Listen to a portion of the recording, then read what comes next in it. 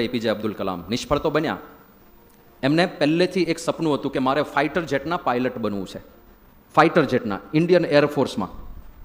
પણ એમણે બીએસસી કરી નાખ્યું ત્યાં સુધી એમને ખબર જ નહોતી કે પાયલટ બનવા માટે બીએસસી ના કરવાનું હોય. બીએસસી કરી નાખ્યું, 3 વર્ષ પાણીમાં ગયા. પછી ખબર પડી કે મારે તો એરોનોટિકલ એન્જિનિયરિંગ કરવું જોઈએ. તો ફરીથી એડમિશન લીધું અને એરોનોટિકલ એન્જિનિયર બન્યા. અને 1957માં જ્યારે એ બહાર પડ્યા એન્જિનિયર બનીને, ત્યારે એમની પાસે 2 ઇન્ટરવ્યૂની ઓફર હતી. પહેલી ઓફર આવી હતી ઇન્ડિયન એરફોર્સમાંથી, દહેરાદૂનમાં એ ઇન્ટરવ્યૂ હતો. અને બીજી ઓફર હતી મિનિસ્ટ્રી ઓફ ડિફેન્સ DTDPમાંથી. તો ઓબ્વિયસલી એમનું સ્વપ્ન શું હતું? ફાઇટર જેટ ઉડાડવાનું. ઇન્ડિયન એરફોર્સમાંથી ઇન્ટરવ્યૂ આવ્યો છે તો ત્યાં જ જાય. દહેરાદૂન ગયા, 25 કેન્ડિડેટ હતા ઇન્ટરવ્યૂ આપનાર, અને એ લોકો એમાંથી 8 સિલેક્ટ કરવાના હતા. કલામ ડીડ ઇઝ બેસ્ટ, પણ એમનો 9મો નંબર આવ્યો. એક માટે ચૂકી ગયા. હવે આખી જિંદગી સ્વપ્ન જોયું છે કે ફાઇટર જેટ ઉડાડવું છે, ફાઇટર જેટ ઉડાડવું છે. વિંગ્સ ઓફ ફાયર એમના જીવન ચરિત્રનું નામ છે.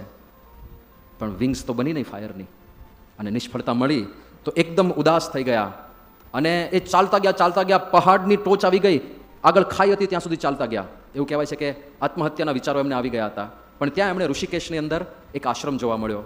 ત્યાં કોઈક સંત હતા, એમની સાથે વાત કરી અને સંતે એમને કીધું કે Kalam, accept your destiny and go ahead with your life. You are not destined to become an air force pilot. તું એરફોર્સ પાયલટ બનવા માટે નથી જન્મ્યો, એટલે આ જે થયું છે તારા જીવનમાં એનો સ્વીકાર કરી લે.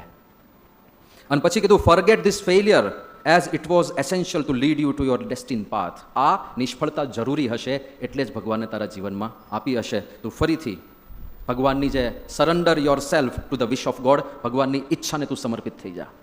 અને ફરીથી એમણે હાર્ડવર્ક ચાલુ કર્યું અને DTDPમાં જે ઓફર હતી ત્યાં ગયા. શરૂઆતમાં એઝ એ સાયન્ટિસ્ટ જોડાયા અને ધીરે ધીરે આસિસ્ટન્ટ સાયન્ટિસ્ટ તરીકે, અને ધીરે કરતા today we know him as the missile man of India, doctor APJ Abdul Kalam.